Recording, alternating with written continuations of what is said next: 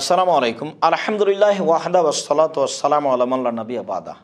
সম্মানিত দর্শক মণ্ডলী, ঈদের সলাত আদায়ের জন্য কখন বের হতে হবে, এইটি একটি গুরুত্বপূর্ণ জিজ্ঞাসা।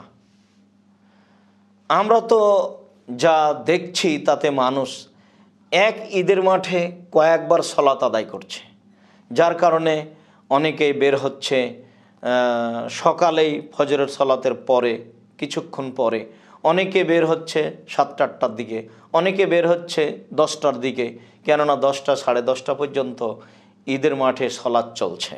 আসলেই ঈদের সলাতের সময় কখন, ঈদের সলাতের জন্য বের হতে হবে কখন? সম্মানিত দর্শক মণ্ডলী, জিজ্ঞাসাটি অতীব গুরুত্বপূর্ণ। আমরা ইমাম বুখারী রাহিমাহুল্লাহ এই বিষয়ে একটি বিষয় উল্লেখ করেছেন। বিষয়টি উল্লেখ করে তিনি বলেন, বাবুত তাবকিরে ইলাল ঈদ, ঈদের মাঠে খুব সকালে সকালে যাওয়া অনুচ্ছেদ। খুব সকালে সকালে ঈদের মাঠে যেতে হবে, এ মর্মে তিনি একটি অনুচ্ছেদ উল্লেখ করেন। উল্লেখ করার পরে তিনি একটি হাদিস পেশ করেন। তিনি বলেন, কালা আব্দুল্লাহ ইবনে বুসর রাদিয়াল্লাহু তাআলা আনহু বলেন, ইন্না কুন্না ফারাগনা ফি হাযিহি সা ওয়া যালিকা হিনা তাসবিহ। তিনি একদা এক সময়ে ঈদের মাঠে গিয়ে ঈদের সলাতের সময়টি দেখে বললেন যে এই সময়ে আমরা রাসূলের যুগে সলাত শেষ করে নিয়েছি, আর সময়টি ছিল চাস্তের সময়। তার মানে ইমাম বুখারী রাহিমাহুল্লাহ অত্র হাদিসটি বাবে পেশ করে বলতে চাইলেন যে ঈদের সলাত শেষ হয়ে যাবে 7টা, সাড়ে 7টা, 8টা এরকম সময়ে। তাহলে ঈদের সলাত আদায়ের জন্য যেতে হবে কখন, আমরা খুব স্পষ্ট বুঝতে পারছি। ঈদের সলাতের জন্য আমাদেরকে যেতে হবে সূর্য ওঠার পরপরই। আমাদের এ দেশে তো ঈদের দিন বিভিন্ন ধরনের খানা পানি রেডি করা হয়, খাওয়ার প্রস্তুতি নেওয়া হয়, তারপরে ঈদের মাঠে যাওয়া হয়। আসলে যেই সময়ে ঈদের মাঠে যাওয়া হয় সেই সময়টাই ঠিক নয়, সেই সময়টা ঈদের সলাত হয়ে গেছে এইটা সময়, যা ইমাম বুখারী রাহিমাহুল্লাহর অনুচ্ছেদ এবং হাদিসে আমরা স্পষ্ট বুঝতে পারি। সম্মানিত দর্শক মণ্ডলী, ইমাম আবু দাউদ রাহিমাহুল্লাহ অত্র হাদিসটি পেশ করেন তার আবু দাউদ গ্রন্থে। সম্মানিত দর্শক মণ্ডলী, ইমাম আবু দাউদ রাহিমাহুল্লাহ ঈদের মাঠে কখন বের হতে হবে এ ব্যাপারে তিনি একটি অনুচ্ছেদ উল্লেখ করেন। তিনি বলেন, বাবু ওয়াক্তিল খুরুজে ইলাল ঈদ, ঈদের মাঠে যাওয়ার সময়। ঈদের মাঠে বের হওয়ার সময় এ ব্যাপারে একটি অনুচ্ছেদ উল্লেখ করে তিনি ওই হাদিসটি পেশ করেন। তিনি বলেন যে খারাজা আব্দুল্লাহ ইবনে বুসর বের হলেন ঈদের মাঠে যাওয়ার জন্য।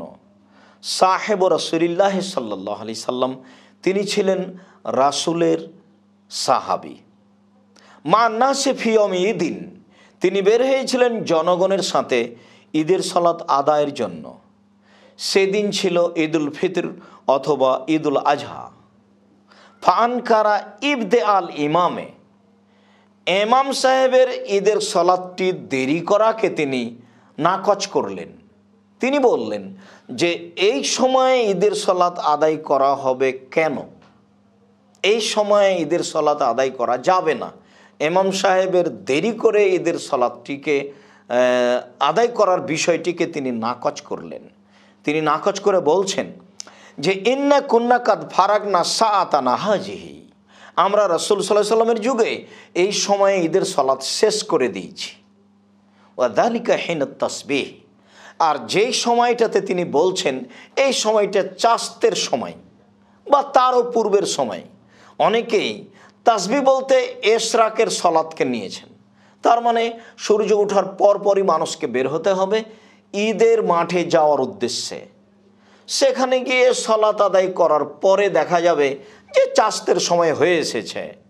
এটাই হলো ঈদের মাঠে যাওয়ার সময়। সম্মানিত দর্শক মণ্ডলী, আমরা বুখারী গ্রন্থ থেকে যে হাদিসটি পেশ করলাম সেইটি, আর আবু দাউদ গ্রন্থ থেকে যে হাদিসটি পেশ করলাম সেইটি, এই দুইটি হাদিস পেশ করে আমরা একটা মোটামুটি সময় উল্লেখ করতে পারি যে গরমের দিনে বের হতে হবে 6টা 6:30, আর শীতের দিনে বের হতে হবে 6:30 7টা, এইরকম সময়গুলিতে ঈদের সালাত আদায় করতে হবে বা এরকম সময় হিসাব করে বের হতে হবে।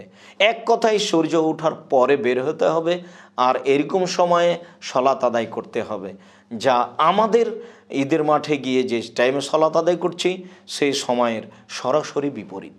যার কারণে আমরা সুন্নাত পালন করার জন্যই একাধিক দিন বলেছি বক্তব্যের মাঠে যে ঈদের মাঠ প্রয়োজনে ভাগ করা ভালো। যদি ঈদের মাঠ সম্প্রসারণ করতে না পারি তাহলে আমরা আপোষে বসে ঈদের মাঠ ভাগ করে নিব, একাধিক ঈদের মাঠ হয়ে যাক, এটাই ভালো।